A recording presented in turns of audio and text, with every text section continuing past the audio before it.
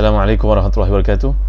Innal hamdalillah nahmaduhu wa nasta'inuhu wa nastahdihi wa nastaghfiruh wa natubu ilaihi wa natawakkalu alaihi wa na'udzu billahi min shururi anfusina wa sayyiati a'malina may yahdihillahu fala mudilla lahu wa may yudlil fala hadiya lahu.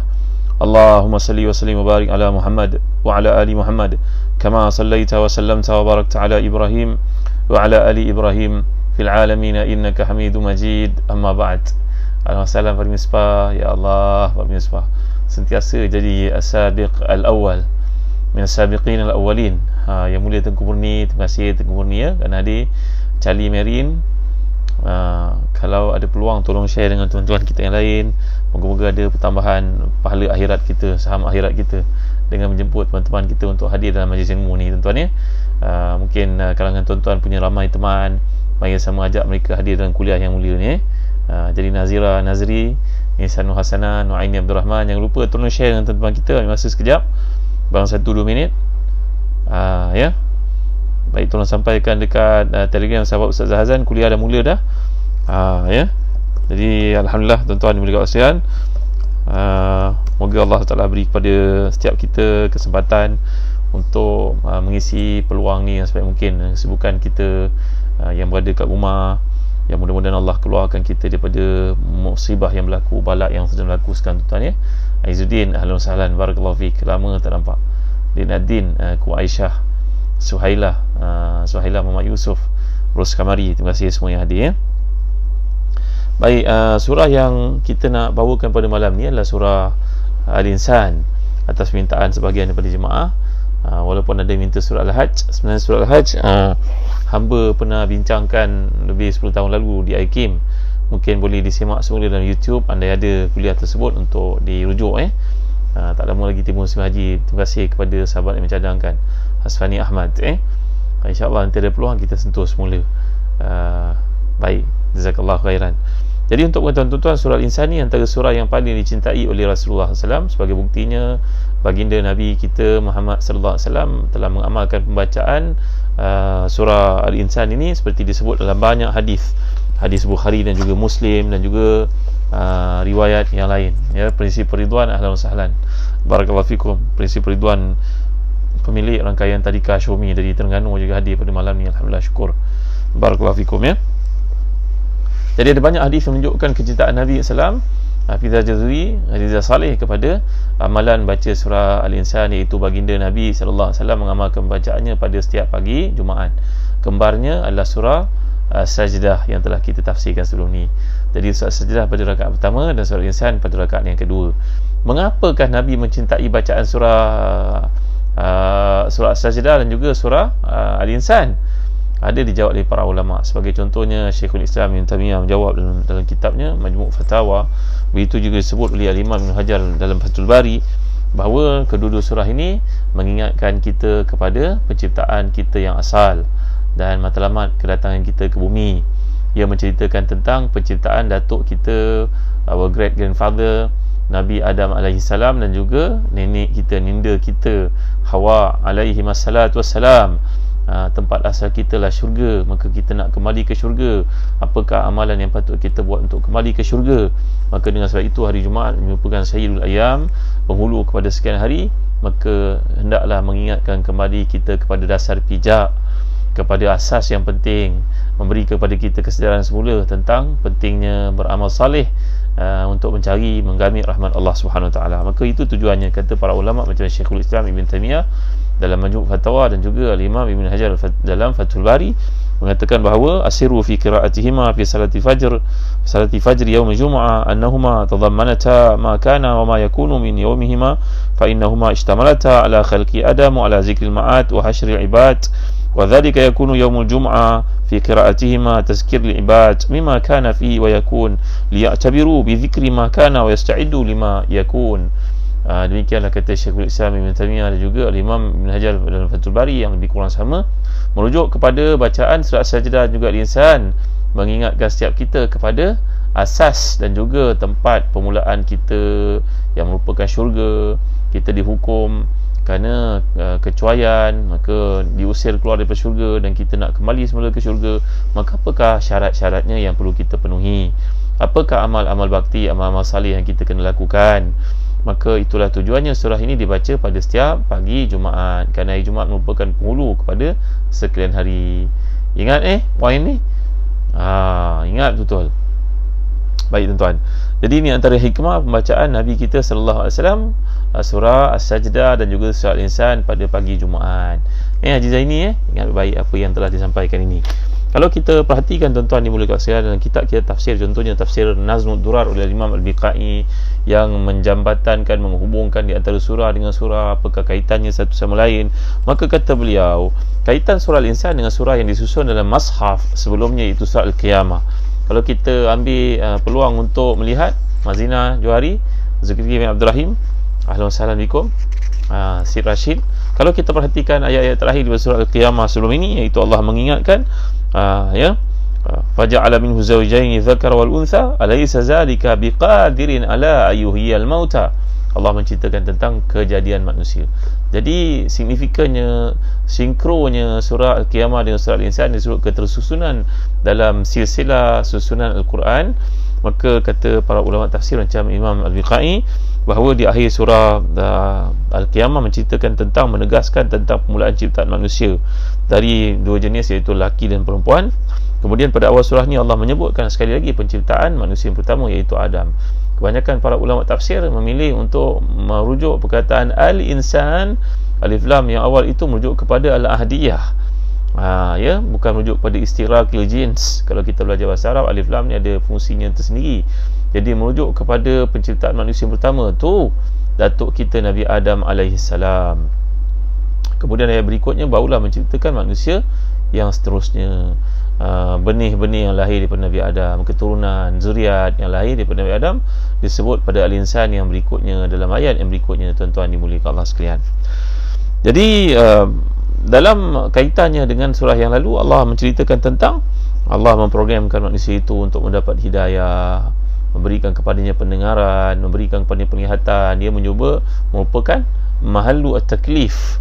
Dengan adanya penglihatan, adanya pendengaran, melayakkan manusia untuk memiliki potensi berfikir dan membuat keputusan. Macam mana hebat sekalipun manusia ini, macam mana rendah sekalipun manusia ini, daripada yang paling pandai kepada yang paling rendah sekali, dia tentu akan berfikir, apakah misi kedatangan aku ke muka bumi ini? Maka itulah dia dipanggil sebagai mahalut taklif, adanya pendengaran dan adanya penglihatan. Kalau yang lahir itu, anak-anak itu bersifat autism sebagai contohnya, mungkin dia OKU, maka dia tak sempurna pemikirannya, orang Down syndrome sebagai contohnya, maka mereka ini tidaklah menjadi mukallaf. Kita ibu bapa yang diuji dengan perkara semikian, tuan-tuan dimuliakan sekalian, bersabar, redha di atas pemberian Allah Ta'ala, dan kemudian hadapilah hidup dengan cara yang betul, dapat nasihat daripada pihak yang betul. Adapun anak-anak itu yang mungkin melakukan perkara-perkara di luar batasan taklif, maka mereka tidaklah dihukum, kerana mereka bukan orang yang sempurna pendengaran dan penglihatannya, bukan sempurna dari sudut pemikirannya, tuan-tuan dimuliakan Allah sekalian, ya. Jadi dalam surah sebelumnya, kata Imam Biqai lagi, disebutkan keadaan syurga dan juga neraka secara global, secara umum, dan Allah Taala memperincikan keduanya, menerangkan dalam surah ni juga lanjutan daripada kisah syurga dan juga neraka. Ini keterkaitan surah Al-Insan dengan surah Al-Qiyamah sebelumnya. Lagi dalam surah sebelumnya Allah menyebut kepentingan-kepentingan yang diterima oleh para pendosa pada hari kiamat. Dalam surah ini pula Allah menceritakan apa yang akan diperoleh oleh orang-orang yang soleh, orang-orang yang baik di sisi Allah SWT. Jadi surah ini merupakan surah Makkiyah, walaupun surah ini merupakan surah Madaniyah. Walaupun surah ini surah Madaniyah mengikut pendapat jumhur para ulama, tetapi ia turut membawa perbincangan tentang hari akhirat dan keadaan orang yang beriman yang mendapat kenikmatan di negeri yang abadi itu. Dan juga surah ni juga, ada pun orang yang mengatakan surah ni merupakan surah Makkiyah, maka sesuai dengan tema Makkiyah itu bila menceritakan tentang Yaumul Akhir, hari akhirat. Jadi surah ni kalau kita perhatikan dari sudut patternnya, permulaannya menceritakan tentang penciptaan manusia, dan Allah membekalkan kepadanya kemampuan potensi-potensi digambarkan tadi untuk melihat, mendengar, mendapat petunjuk. Kemudian pembahagian manusia ni kepada yang bersyukur dan juga yang kufur. Mengapakah Allah SWT menggunakan perkataan syakiran untuk yang bersyukur, tapi bila merujuk kepada yang kufur, Allah sebut dalam ayat ini, kita perhatikan Allah menyebut di awal-awal lagi, bila Allah menyatakan hal ata al-insani hinun min ad-dahri lam yakun shay'an mazkura inna khalaqna al-insana min nutfatin amshajin nabtalihi faja'alnahu sami'an basira inna hadainahu sabila imma syakira wa imma kafura. Syakiran atas wazan fa'ilan, tapi kafura atas wazan fa'ul. Fa'ul ini merujuk kepada, kalau kita perhatikan tuan-tuan dari sudut bahasa Arabnya, ia merujuk kepada sighah mubalaghah. Tapi syakiran bukan sighah mubalaghah. Kenapa manusia yang kufur itu disebut oleh Allah Subhanahu Wa Taala dengan perkataan kafur, tapi yang beriman itu disebut dengan perkataan syakir, yang bersyukur syakir? Apa agaknya? Nanti kita akan huraikan kenapa tentang, bukan sekarang waktu dia. Ya, sabar-sabar. Sebelum terlupa tuan-tuan, saya nak ajak tuan-tuan, marilah sama kita sokong produk Muslim. Dapatkan Habatus Sauda, Birkah, pesan daripada Haji Zahzan Travel. Mari kita gunakan Habatus Sauda ni kerana Nabi telah bersabda, ia merupakan bijirin kebaikan, keberkatan dan penawar kepada semua penyakit melainkan kematian, sabda baginda sallallahu alaihi wasallam. Jadi dapatkan Habatus Sauda tuan-tuan. Kami telah proses dalam bentuk yang mudah untuk digunakan, diambil. Tuan order daripada Zahzan Travel, kami hantar ke rumah. Sekarang ada kempen yang menarik, dapat buku, dapat korma dengan mendapatkan Habatus Sauda daripada Zahzan Travel. Inilah persembahannya tuan, mudah untuk kita makan. Senang saya makan. Bismillahirrahmanirrahim.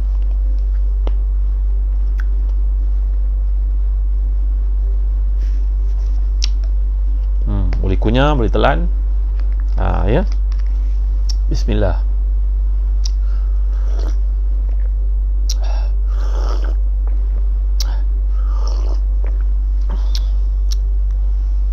Ramai yang telah menggunakannya mengatakan dia rawatan untuk resdung, rawatan untuk sukar tidur malam, rawatan untuk sukar yang mengalami tidak lawas dalam buang air kecil, buang air besar. Habatus Sauda bagi ibu ayah kita yang juga ada mengalami masalah tertentu sebagai contohnya, mudah-mudahan ia meringankan apa jua penyakit atas sabda Nabi SAW yang merupakan habatul barakah. Kami telah proses untuk begini, mudah untuk digunakan insya-Allah tuan-tuan. Ada ibu yang mengatakan susah nak keluarkan susu, nak menyusukan baby, dengan menggunakannya alhamdulillah susunya banyak, alhamdulillah, syukur. Ada yang mengatakan boleh melebatkan rambut campur dengan minyak kelapa dara. Ada macam-macam pengalaman yang menarik oleh pengguna-pengguna kita di Zahzan Travel. Terima kasih Cik Suzy Daniel, Zulkifli Abdul Rahim. Dapatkan Birkah Habatus Sauda dari Zahzan Travel. Ada banyak hadiah yang kami tawarkan, buku-buku, korma pun dapat dengan membeli Habatus Sauda, Birkah pada Zahzan Travel. Terima kasih tuan-tuan. Jadi kita dapat lihat dalam penggunaan Al-Quran kat sini, di awal, marilah sama kita melihat. Bagi tuan-tuan memiliki tafsir Ibn Katsir, tolong buka jilid yang ke-10. Surah ni berada dalam juz yang ke-29. Jadi marilah sama kita melihat dalam juz ke-10 surah Al-Insan, surah yang ke-76. Baik. Jadi telah saya nyatakan di awal tadi, antara kelebihan keutamaan surah ni sangat dicintai oleh Nabi SAW. Ia merupakan kembaran kepada surah Sajdah, kembar kepada surah Sajdah yang dibaca oleh baginda Nabi SAW dengan hikmah yang telah dinyatakan tadi, iaitu rakaat pertama Nabi membaca Al-Fatihah diikuti dengan As-Sajdah, dan rakaat kedua Nabi baca SAW baca Al-Fatihah diikuti dengan Al-Insan. Kata Imam An-Nawawi dalam Majmu' dan juga di Syarah Muslim, ini merupakan surah yang Nabi baca pada pagi Jumaat. Imam Nawawi mengatakan, kala ashabuna, berkata imam-imam mazhab Syafi'i, bahawa Nabi tak pernah baca surah selain daripada Al-Sajdah dan juga Al-Insan pada pagi Jumaat. Ada kalangan para ulama mazhab Hanabilah, Hambali mengatakan boleh baca surah yang lain, asalkan surah itu mengandungi tempat sujud, boleh kita baca pada pagi Jumaat, bergantung pada kemampuan. Kalau tak mampu nak bawa Sajdah dan tak mampu nak bawa Al-Insan, boleh bawa apa-apa surah yang berkaitan dengan mempunyai tempat maqam sujud. Ini fatwa dalam mazhab Hambali. Tapi mazhab Syafi'i kita, termasuk Imam Izzuddin bin Abdul Salam, mengatakan tidak ada warid yang bahawa Nabi SAW melakukan baca selain daripada surah Sajdah dan juga surah Al-Insan pada pagi Jumaat, dan Nabi sujud pada tempat-tempat tersebut. Adapun kalau kita pergi ke Mekah, ke Madinah, kadang-kadang kita hairan juga, kenapa Imam Masjid Haram, Masjid Nabawi tak baca surah Sajdah pada pagi Jumaat. Kerana tuan-tuan, mazhab Syafi'i menggalakkan bacaan itu. Mazhab Hambali tidaklah menggalak, bukan bererti ia satu sunat yang sangat dituntut. Dan mazhab Syafi'i sangat dituntut, tapi dalam mazhab lain tidaklah dituntut sangat tuan-tuan. Itu sebab di Mekah, di Madinah, mereka jarang baca surah Sajdah pada pagi Jumaat, jarang. Ada baca, tidak menafikan. Dan kalau mazhab Maliki dan juga Hanafi pula, mereka jarang sangat baca surah Sajdah pada pagi Jumaat. Justru kalau imam-imam Masjid Haram, Masjid Nabawi itu baca surah Sajdah pada pagi Jumaat, bimbang nanti jemaah yang ramai itu confuse, apa pasal pula ada sujud ni, mereka mungkin tak terbiasa. Maka itu sebabnya bila ada jemaah bertanya, kenapa pula imam Masjid Haram tak baca surah Sajdah pada pagi Jumaat, kita kat Malaysia baca. Memang kita ni orang Malaysia ikut mazhab Syafi'i, alhamdulillah kita memang galakkan baca surah Sajdah pada pagi Jumaat. Mereka tidak, tuan-tuan, bagi mengelakkan jemaah yang tidak faham itu, nanti mereka confuse. Baik, jadi itu penjelasannya. Baik, kita lihat dalam surah Al-Insan ini, kita hanya baca pada hari ini 3 ayat saja. Ya. Baik. Bismillahirrahmanirrahim. Hal ata 'alal insani hinun minad dahri lam yakun syai'an madhkura. Inna khalaqnal insana min nutfatin amshaj. Inna khalaqnal insana min nutfatin amshajin nabtalihi faja'alnahu sami'an basira. Inna hadainahu as-sabila imma syakiran wa imma kafura. Sadaqallahul azim. Bukankah telah datang atas manusia satu waktu dari masa, sedang dia ketika itu belum merupakan satu yang dapat disebut. Sungguhnya kami telah menciptakan manusia dari titis mani yang bercampur, yang kami hendak mengujinya dengan perintah dan larangan. Kerana itu kami jadikan dia mendengar dan juga melihat. Sungguhnya kami telah menunjukkan jalan yang lurus. Ada yang bersyukur, ada yang kafir, ada pula yang kufur. Jadi Allah berfirman, baca dalam tafsir Ibn Katsir, tentu boleh lihat. Allah berfirman mengkhabarkan tentang manusia bahawa dia telah menciptakannya setelah sebelumnya tidak pernah menjadi sesuatu yang disebut kerana kerendahan dan juga kelemahannya. Sebagaimana Allah berfirman, hal ata 'alal insani hinun minad dahri lam yakun syai'an mazkura. Bukankah telah datang atas manusia satu waktu, sedangkan pada waktu itu dia belum merupakan satu yang dapat disebut. Ini merujuk kepada Nabi Adam, kata sebahagian daripada para ulama tafsir. Kerana sebelum kewujudan Nabi Adam tidak ada manusia di muka bumi. Inilah pandangan muktamad. Dan kajian kemanusiaan pun, penciptaan manusia pun menunjukkan bahawa sebelum Nabi Adam diciptakan, ke bumi telah diciptakan oleh Allah SWT. Tapi di situ hidup makhluk yang lain. Jadi dalam konteks ini, jadi al-insan yang masuk ke sini adalah Adam AS. Jadi sebelum Nabi Adam diciptakan, maka tiada manusia hidup di muka bumi. Kalau ada yang mengatakan ada manusia-manusia lain sebelum kategori ataupun sebelum spesies manusia yang berasal daripada Adam ni, maka pandangan itu pandangan yang lemah, pandangan yang tidak ada hujah, tidak ada dalil, tuan-tuan. Jadi Nabi Adam ni telah melalui proses yang kita bincangkan sebelum ni, iaitu penciptaan dari turab, kemudian tin. Turab ni tanah yang kering. Kemudian tin, at-tin, ta, bukan tin. Tin tu buah tin. Jadi tin, ta ya nun, tin merujuk kepada tanah yang basah. Kemudian Allah menceritakan lagi penciptaannya salsal. Salsal ni merujuk kepada tanah liat yang dikeringkan. Kemudian hama'i masnun. Hama' masnun berarti lumpur hitam yang telah pun dibentuk. Inilah proses kejadian manusia. Dan kalau kita lihat dalam hadis mengatakan bahawa penciptaan Nabi Adam itu mengambil masa 40 tahun. Ketika telah diciptakan oleh Allah Taala, maka Allah meletakkan jasad Nabi Adam itu dalam bentuk tanah yang siap dibentuk. Dia ada kerangka rupanya, tapi belum lagi ruh ditiup padanya. Selama 40 tahun untuk diberikan ruh, datang iblis laknatullah menendang tubuh Nabi Adam itu. Apa benda ni tendangnya, tuan-tuan dimuliakan Allah sekalian. Dapat kita lihat dalam hadis penceritaan penciptaan Nabi Adam ini. Jadi sebelum kehadiran Nabi Adam di pentas dunia, tidak ada manusia yang lahir lagi pada waktu itu. Katalah kalau kita bagi contoh, ini keturunan Nabi Adam pula, dia lahir pada tahun ke-1000. Sekarang dah 2020 kan. Katalah lahir pada tahun ke-1000. Maknanya 1000. Sebelum tahun ke-1000 itu tidak ada orang yang bernama, contohnya nama ni Khalid. Sebelum tahun ke-1000 itu tak ada nama Khalid, tuan-tuan.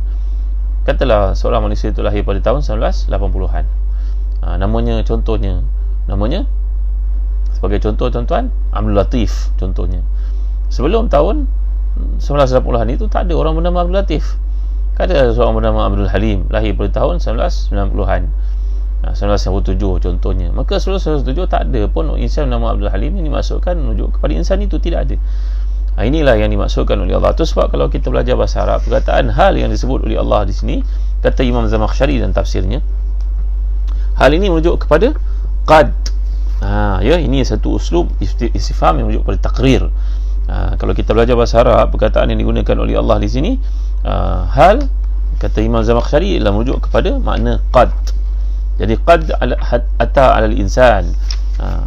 Jadi perkataan yang digunakan ke sini oleh Allah SWT iaitu istifham takriri, merujuk kepada satu bentuk ketetapan.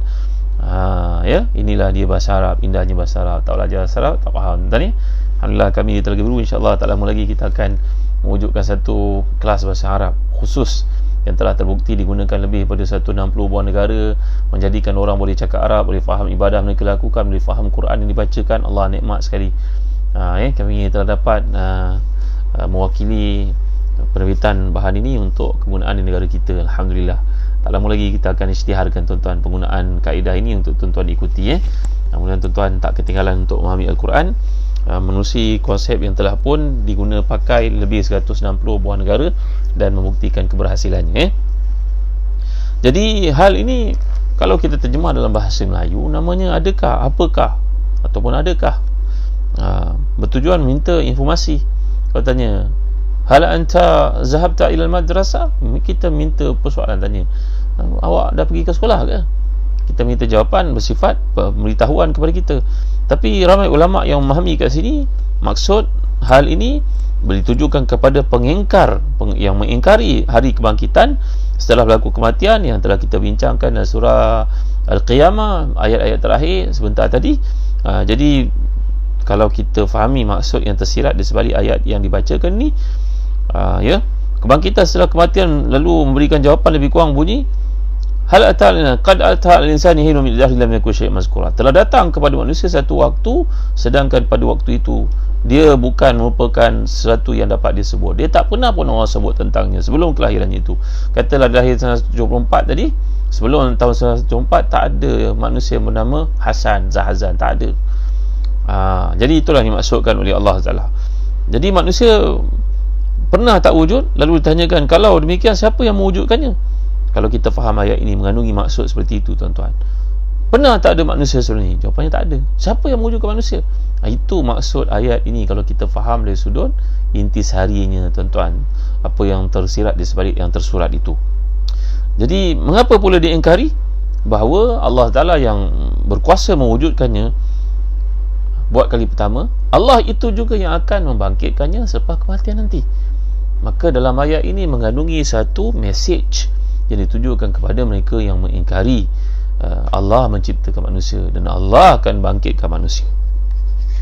Bukankah Allah yang berkuasa menciptakan manusia buat kali pertama? Allah juga yang akan membangkitkan mereka semula di hari kebangkitan nanti.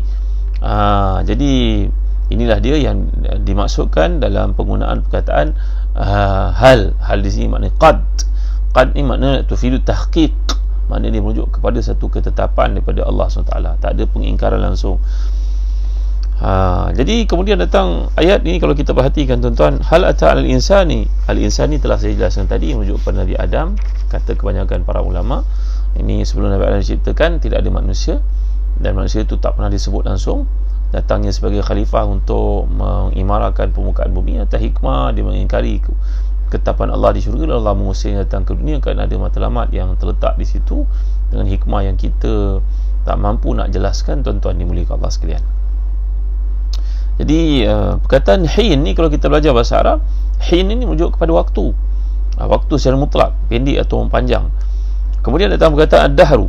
Ad-dahru ni ialah waktu yang mempunyai kepanjangan, mempunyai waktu yang telah pun dilalui oleh bumi, dilalui oleh alam dunia sebelum kejadian manusia. Jadi semua saintis bersetuju untuk mengatakan bahawa alam ini telah wujud sebelum manusia diciptakan oleh Allah, ribuan tahun sebelum datangnya Adam ke muka bumi. Jadi Imam Al-Bukhari memahami ayat ini sebagai isyarat bahawa zaman tidak diciptakan kecuali untuk manusia. Ini kata Imam Bukhari. Ini kreatif Imam Bukhari cara fikir. Jadi zaman tidak diciptakan melainkan untuk manusia melaluinya. Allahu Akbar. Macam mana Imam Bukhari boleh fikir demikian, ya? Jadi dengan demikian manusia adalah makhluk yang termulia, dan ini membuktikan kewajipan, kemestian berlakunya kebangkitan manusia untuk mendapat balasan dan juga ganjaran atas segala apa yang mereka lakukan. Jadi apakah dia dibiarkan begitu secara sia-sia? Apakah logik zaman yang diciptakan oleh Allah untuk manusia ini berlanjutan, sedang diciptakan untuknya, iaitu untuknya zaman itu, iaitu manusia, telah tiada dan punah sama sekali? Jelas tidak. Diriwayatkan bahawa Abdullah bin Mas'ud radhiyallahu anhu pernah membaca ayat ini di hadapan seseorang, maka orang Arab itu menjawab, berkata, dia faham ayat ni tuan-tuan, kerana ayat ni mengandung mesej seperti yang saya sebutkan tadi, bahawa orang yang memahami bahasa Arab dia akan automatik dia akan jawab. Bila dia dengar ayat ini, dia merupakan satu peringatan daripada Allah, ketetapannya penciptaan manusia ni ada matlamat di sebaliknya, bukan main-main. Maka orang Arab ini bila mendengar bacaan oleh Abdullah bin Mas'ud, sahabat Nabi yang hebat ini, dia terus jawab, ya Allah, baiknya kalau aku tidak lahir ke muka bumi. Dia boleh jawab begitu tuan-tuan. Jadi menunjukkan bahawa orang yang faham bahasa Arab, dia automatik dia berinteraksi dengan ayat itu untuk memberikan jawapan, ya Allah, akan kebaik kalau aku jadi rumput, kan kebaik kalau aku jadi burung, kan kebaik kalau aku jadi semut, kan kebaik kalau aku jadi batu ni sepak orang. Kerana ayat ini mengandungi satu peringatan bahawa Allah yang menciptakan engkau punya tanggungjawab di muka bumi, engkau akan dipersoalkan oleh Allah Subhanahu Wa Taala. Sebelum kejadianmu, kamu tidak disebut orang. Sekarang kamu telah diciptakan, kamu punya tanggungjawab. Allahu Akbar, Masya Allah, Tabaraka wa Ta'ala. Ya, jadi ayat ini mengingatkan manusia tentang awal kehadirannya di muka bumi, bahawa tidak wajar dia berpaling daripada penciptanya. Kerana di awal-awal lagi Allah Ta'ala telah pun menggunakan ayat hal atal insani hinun min dahri lam yakun syai'an mazkura, bahawa sebelum kejadiannya tak ada siapa pun menyebut namanya. Katalah nama insan itu Zahazan lah, nama saya lah senang tuan-tuan. Sebelum kelahiran saya, sebelum wujudan saya kat muka bumi 40 tahun lebih dahulu, tak ada pun orang sebut saya, tak ada siapa pun kenal tuan-tuan. Maka bila disebut seperti ini, sepatutnya menimbulkan dalam diri kita rasa syukur. Ya Allah, engkau beri peluang pada aku hidup sebagai orang Islam, engkau beri peluang pada aku memiliki apa yang aku minta pada engkau. Banyak benda yang aku minta pada engkau, engkau beri ya Allah. Alangkah tak patutnya aku, ya Allah, bila aku tak bersyukur pada engkau. Itulah dia bayangan, kefahaman kepada mesej yang ditujukan dalam ayat pertama ni tuan-tuan dimuliakan Allah sekalian. Ya, jadi itu sebab dalam ayat berikutnya Allah menyatakan, inna khalaqnal insana min nutfatin amsyaj nabtalihi faja'alnahu samian basira. Kami telah menciptakan manusia dari titis mani yang bercampur, dan kami hendak mengujinya, kami menjadikannya mendengar dan juga melihat. Jadi kalau kita perhatikan tuan-tuan, jelas Al-Imam Ibn Kathir dalam tafsirnya, kita dapat lihat bahawa Allah berfirman titis mani yang bercampur. Ibn Abbas mengatakan iaitu sperma lelaki dan juga ovum perempuan. Ayat ini menyebabkan orang macam Maurice Bucaille ini, seorang saintis masuk Islam, kerana ayat ini menerangkan bila Allah sebut perkataan min nutfatin amsyaj. Sebahagian daripada ulama mengatakan amsyaj ini tuan-tuan adalah perkataan bahasa Arab tunggal dipanggil, dia tak ada mufrad. Ini kata Imam Zamakhsyari dalam tafsirnya. Kalau kita lihat dalam tafsir Zamakhsyari, saya bacakan untuk tuan-tuan perkataan amsyaj. Apa kata beliau di sini? Bahawa amsyaj, bahawa kata beliau iaitu amsyaj alfaz mufrada ghairu jumu'. Ini amsyaj ni bahasa Arab, orang Arab gunakan dia dalam konteks nampak macam ia jamak taksir daripada message, tetapi tidak. Kata Imam Zamakhsyari bahawa perkataan yang digunakan oleh Allah kat sini amsyaj lain daripada masaj, bukan M-A-S-S-A-J-E, bukan. Ini masyajun amsyaj. Kedua-dua ni merujuk pada mufrad, kata Imam Az-Zamakhsyari dalam tafsirnya. Jadi bila Allah Taala menyebutkan inna khalaqnal insana min nutfatin amsyaj, kami jadikan manusia daripada maknanya titis mani yang bercampur, tapi setengah ulama mengatakan amsyaj ini merujuk kepada jamak taksir. Jadi ini ada perbezaan pendapat para ulama dari sudut pemilihan perkataan dalam Al-Quran, penjelasannya. Jadi ada yang mengatakan ini merupakan jamak taksir sebenarnya. Kenapa ya Allah menyebut perkataan nutfah, sepatutnya masyaj, tapi kenapa pula Allah sebut perkataan nutfatin amsyaj? Kalau kita baca bahasa Arab, kita sebut perkataan seorang ustaz, ustazun, ustaz yang mulia, ustaz karimun, betul? Tak betul kalau kita sebut ustazun kiramun. ustaz mufrad, kiram jamak. Kalau kita nak sebut kiram, kita kena kata asatizah kiram. Itu bahasa Arab, sifat dengan mausuf, tuan-tuan. Tapi kenapa dalam ayat ini Allah menyebut nutfatin amsyaj? Nutfah amsyaj, sepatutnya nutfatin masyaj. Untuk pendapat kedua, saya tuan-tuan faham pendapat pertama Imam Zamakhsyari mengatakan amsyaj ini adalah mufrad, dia kalimah tunggal, dia tidak ada mufrad baginya, kata Al-Imam Zamakhsyari. Pendapat kedua mengatakan tidak, amsyaj ini adalah jamak daripada masyaj. Tapi kalau kita pergi pendapat kedua yang juga mempunyai hujahnya, kenapa Allah sebut nutfatin amsyaj? Sepatutnya nutfatin masyaj. Macam contoh yang saya berikan tadi, tuan-tuan, iaitu muallimun, contohnya muallimun karimun, ataupun muallimun, ataupun sultanun adilun, ataupun adlun. Boleh pakai dua lah, adilun boleh, adlun boleh. Kita tak boleh pakai sultanun adiluna, seorang sultan tapi keadilan merujuk pada ramai pula, ataupun adalah, macam mana pula merujuk banyak? Tak boleh, tuan-tuan. Tak apa kena, struktur bahasa Arab ni nampak kesalahan, tapi Quran tidak ada kesalahan, tuan-tuan. Rupa-rupanya pada zaman moden ni barulah ada pentafsiran, penjelasan para ulama untuk tuan-tuan, barulah penjelasan. Untuk pendapat kedua mengatakan amsyaj ini jamak daripada masyajud yang saya sebutkan tadi, sebenarnya bila mereka mengkaji dari sudut penggunaan bahasa moden yang mereka lihat, kenapa Allah sebut perkataan air mani yang bercampur ni tadi? Bercampur tu dijamakkan kerana, tuan-tuan, dari sudut sains mereka menjelaskan kepada kita ini satu mukjizat ilmiah dalam Quran. Kerana bila disebut perkataan bercampur ini, menyatu ini, bagi menunjukkan kepada satu bentuk penyatuan yang luar biasa yang berlaku di antara sperm dan juga ovum itu. Kalau kita lihat dari sudut sains bagaimana pertemuan itu, ketika ratusan juta sperm seorang lelaki itu masuk ke dalam rahim seseorang perempuan, hanya mungkin satu saja yang paling strong yang akan dipilih, yang akan berenang di situ lalu mensenyawakan ovum. Kalau istilah saya ni betul lah, tuan-tuan, saya tak pandai sains, saya cerita pada tuan, lebih kurang gitulah. Doktor maafkan saya, Doktor Nur Azia Ayub, doktor-doktor yang ada kat sini, maafkan saya. Jadi apa yang dimaksudkan bahawa di situ berlaku pertemuan di antara sperm dengan ovum, tuan-tuan. Dan kemudian apa kita panggil kat situ? Ada duplication ke apa yang berlaku, kromosom kat situ? Kalau XX dengan XY, ada yang menjawab ni, Azizah Muhammad, Dr. Azizah, kan? Jadi ada XX, ada XY, 46 Maka Allah nak gunakan perkataan jamak dalam konteks air mani itu, kemudian bercampur, digunakan perkataan nutfatin amsyaj, yang mana di sudut laras bahasa kalau nak dikatakan kurang tepat itu sebenarnya mereka yang tidak faham konteks Al-Quran. Kerana sebut nutfah satu, amsyaj banyak, kerana bila berlaku pertemuan itu, maka kromosom yang ada dalam pertemuan itu begitu sebati sekali.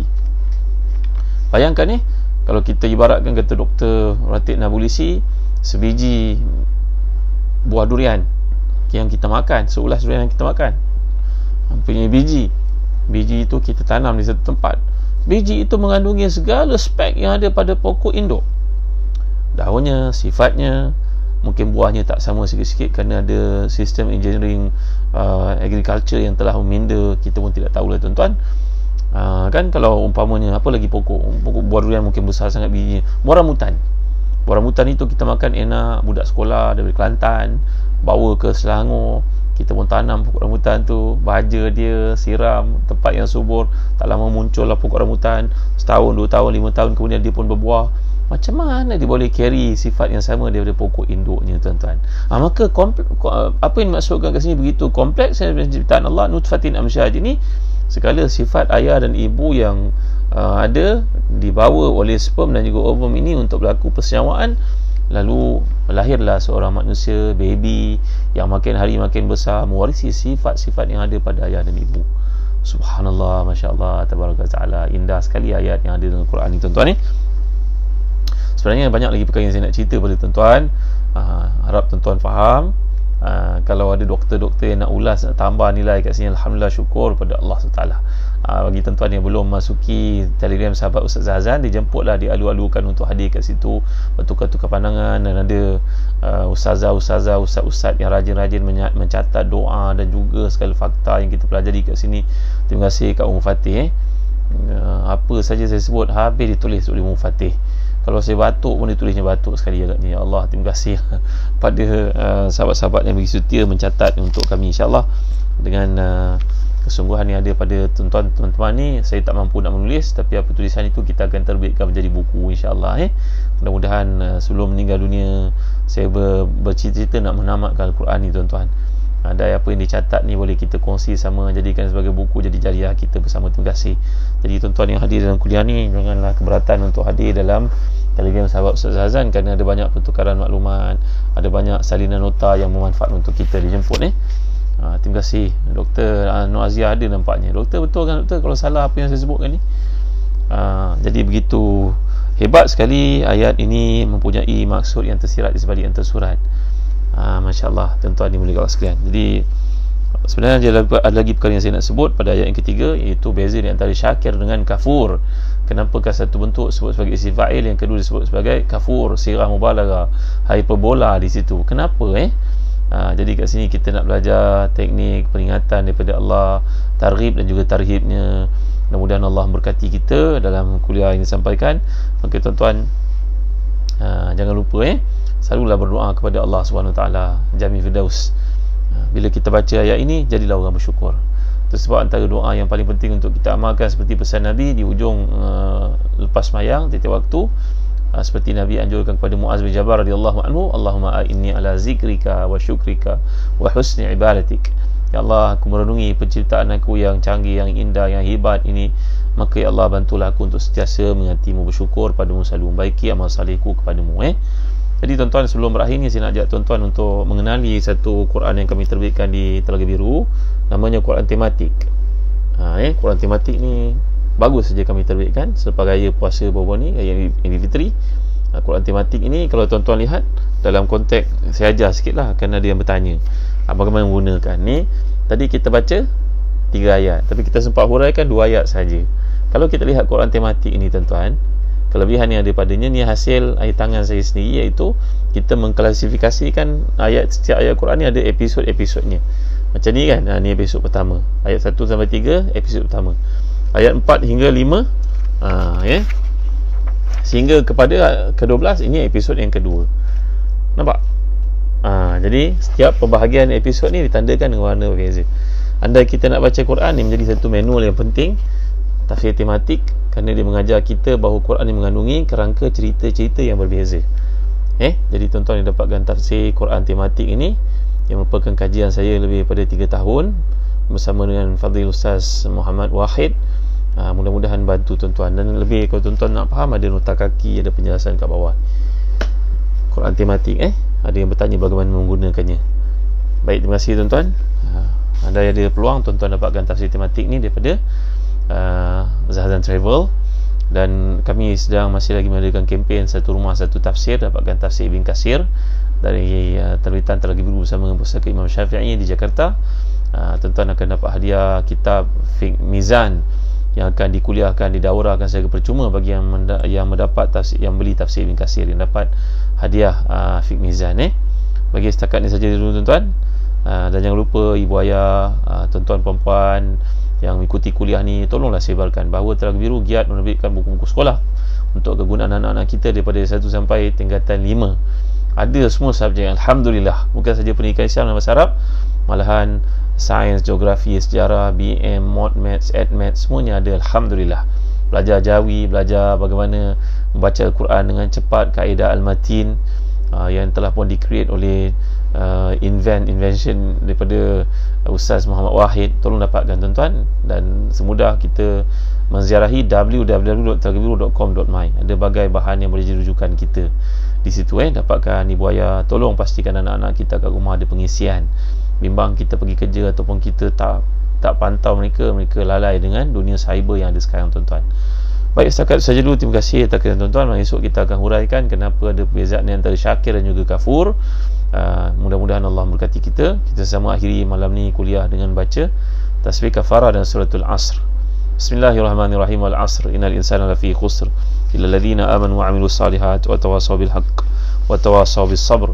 Subhanakallahumma wa bihamdik asyhadu an la ilaha illa anta astaghfiruka wa atubu ilaik.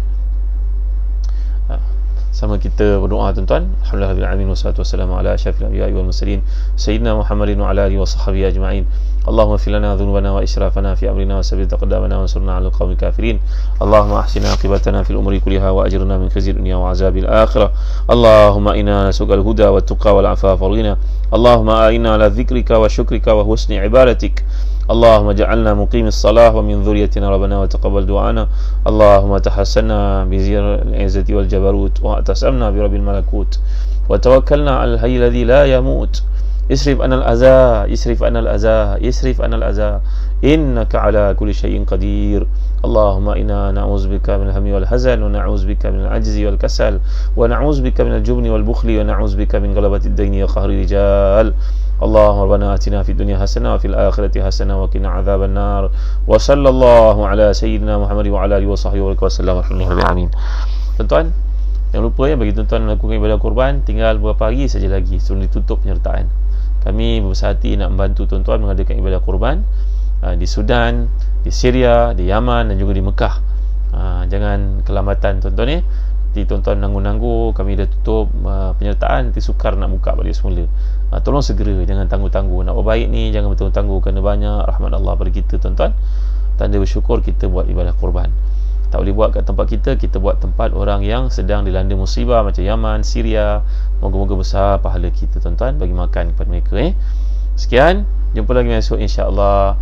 Assalamualaikum warahmatullahi wabarakatuh. Atrukukum tahta riayatillah wa hifzi. Barakallahu fikum. Saya tinggalkan tuan-tuan bahawa penjagaan, kasih sayang, pemeliharaan Allah yang Maha Pengasih lagi Maha Penyayang. Semoga Allah memberkati saya dan tuan-tuan. Assalamualaikum warahmatullahi wabarakatuh.